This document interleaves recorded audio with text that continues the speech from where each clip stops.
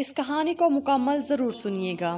حور اٹھو، کھانا بنا دو میرے لیے، میں آفس سے لیٹ ہو رہا ہوں۔ حارث آئینے کے سامنے کھڑا بال سنوارتے ہوئے بول رہا تھا۔ حور کروٹ بدل کر بولی، حارث میرا سر درد ہے، مجھ سے نہیں اٹھا جا رہا، باہر سے کر لینا ناشتہ۔ حارث آ کر پاس بیٹھا۔ حور میری جان، میں آفس نہیں جاتا، تم کو میڈیسن لا دیتا ہوں، ڈاکٹر کے پاس لے جاؤں گا تم کو۔ حور نے ہاتھ پہ ہاتھ رکھا، نہیں آپ جائیں پلیز آفس، آپ پریشان نہ ہو میری جان، میں ٹھیک ہو جاؤں گی۔ حارث نے ماتھے پہ بوسہ کیا، اپنا خیال رکھنا میری شہزادی۔ حارث آفس چلا گیا۔ حور اٹھی، چائے بنائی، ناشتہ کیا، پھر موبائل پہ مصروف ہو گئی۔ حور پڑھی لکھی ماڈرن لڑکی، روشن خیال تھی، شادی سے پہلے جاب کرتی تھی، لیکن شادی کے بعد حارث کے کہنے پہ جاب چھوڑتی تھی، کیونکہ حارث نہیں چاہتا تھا حور اب جاب کرے۔ حور کو غصہ تو بہت تھا، ایک زہر تھا دل میں، حارث نے اس کی جاب پہ پابندی لگائی تھی۔ رات کو حارث گھر آیا، تھکا ہوا تھا، فریش ہوا، ہال میں بیٹھا نیوز دیکھ رہا تھا۔ آواز دی، حور میری جان کہاں ہو آپ، بہت بھوک لگی ہے، کھانا لگاؤ جلدی سے۔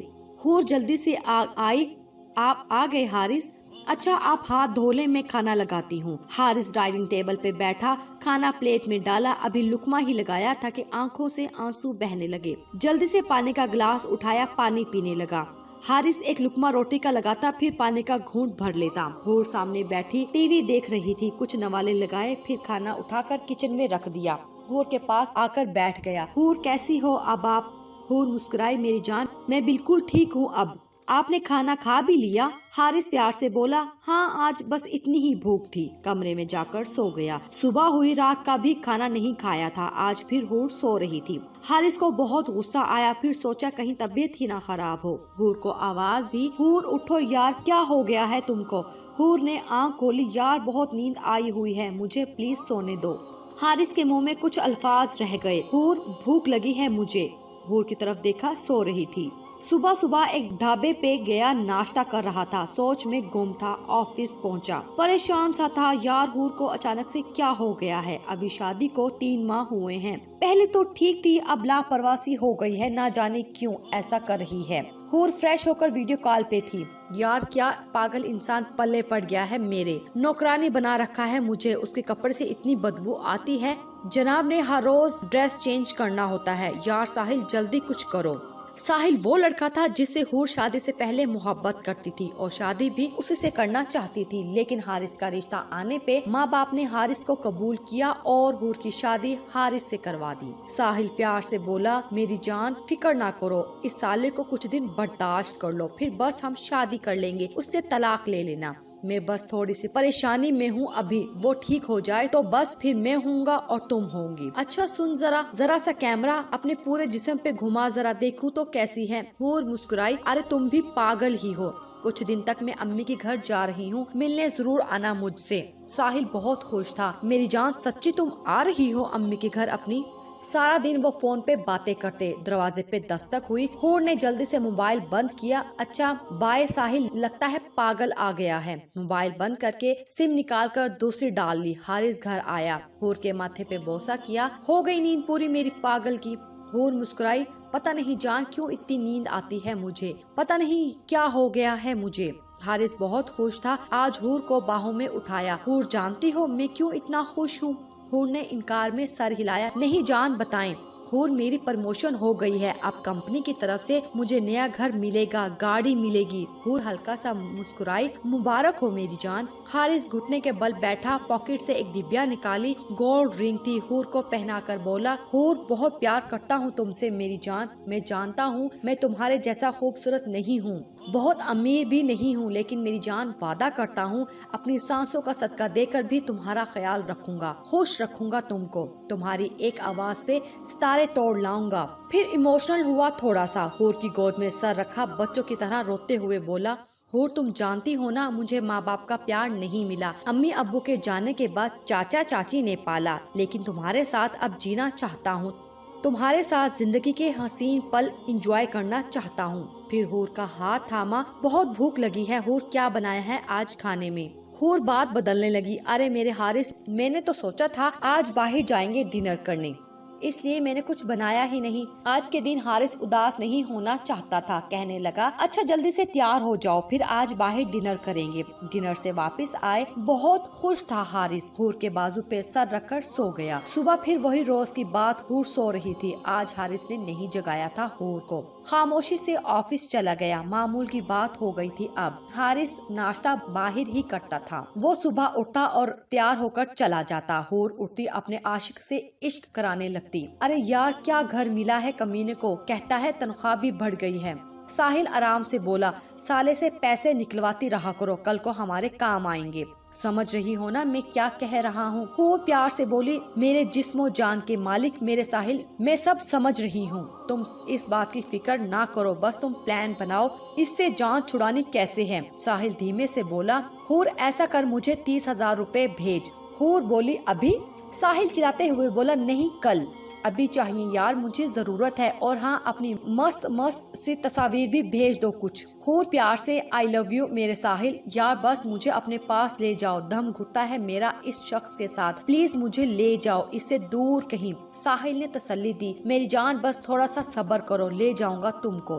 حارث گھر آیا، دیکھا حور ٹی وی دیکھ رہی ہے، سلام کیا، کمرے میں چلا گیا، حور کے پاس آ کر بیٹھ گیا، فریش ہو کر کہا حور کھانا۔ حور بولی حارث مجھ سے نہیں بنتا کھانا، پلیز آپ کوئی میڈ رکھ لو۔ حارث چونک کر بولا حور مجھے سمجھ نہیں آتی آخر تم کو کیا ہو گیا ہے، آخر تم ایسا کیوں کر رہی ہو؟ صرف میرے لیے بھی آپ سے کھانا نہیں بنتا؟ حور بات میڈ رکھنے کی نہیں ہے، بات محبت کی ہے، میں چاہتا ہوں تمہارے ہاتھ کا بنا کھانا کھاؤں، تمہارا پیار محسوس کروں، لیکن حور تم بات سمجھتی ہی نہیں ہو، کیوں کر رہی ہو ایسا؟ حور ٹی وی دیکھتے ہوئے بولی حارث بات اتنی سی ہے، مجھ سے کھانا نہیں بنتا بس۔ حارث کو بہت غصہ آیا، لیکن وہ مرد غیرت مند تھا، خاموش ہو گیا۔ ٹھیک ہے حور جیسے تمہاری مرضی۔ کمرے میں جا کر لیٹ گیا، بہت بھوک لگی ہوئی تھی، کروٹ بدلتا رہا۔ حور کیوں کر رہی ہے ایسے؟ میں حور کو اپنا سب کچھ دے چکا ہوں، لیکن حور مجھ سے دور ہوتی جا رہی ہے، آخر کیا کمی ہے مجھ میں؟ حور سو گئی پاس آ کر، رات کے 2 بج رہے تھے۔ حارث اٹھا، بارش بہت تیز ہو رہی تھی، گارڈن میں بارش میں جا کر بھیگنے لگا، دل اداس تھا، کبھی کبھی کوئی پاس ہو کبھی پاس نہیں ہوتا، اداسی میں بارش میں بھیگ رہا تھا، آنکھوں میں آنسو تھے۔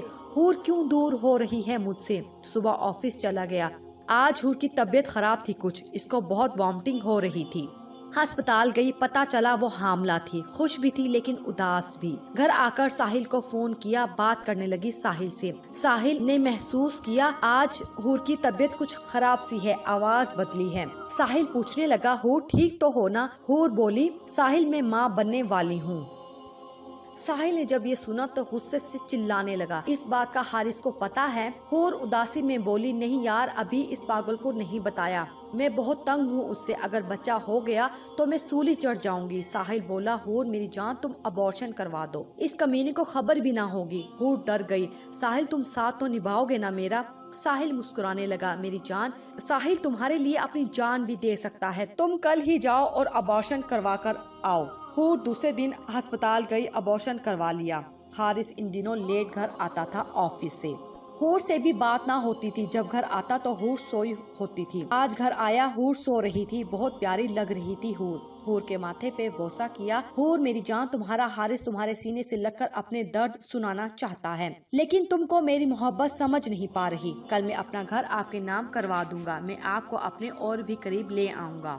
حور ساحل سے بات کرتے کرتے سو گئی تھی، اتنے میں ساحل کا فون آیا، موبائل سائلنٹ پہ تھا۔ حارث نے کال اٹینڈ کی، موبائل کان سے لگایا، ساحل بولنے لگا یار میری جان سنو، مجھے ضروری بات کرنی ہے تم سے۔ حارث کا جسم کانپنے لگا، غصے سے برا حال ہونے لگا، کال بند کی، موبائل حور کے پاس رکھا، کمرے سے باہر چلا گیا، رونے لگا حور مجھے برباد کر دیا، میری دنیا اجاڑ دی تم نے، حور کیوں آخر بے وفا ہوئی ہو۔ صبح ہوئی، حارث آفس چلا گیا، دن بھر بہت پریشان تھا۔ دوست نے پوچھا حارث یار میں کافی دن سے دیکھ رہا ہوں تم خاموش سے رہتے ہو۔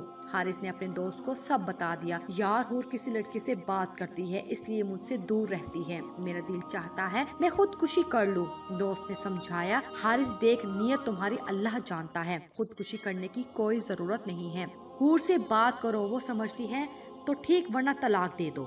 حارث گھر گیا جو گارڈن میں بیٹھی تھی، حارث پاس جا کر بیٹھ گیا، پھر بولا حور کیا چاہتی ہو آخر؟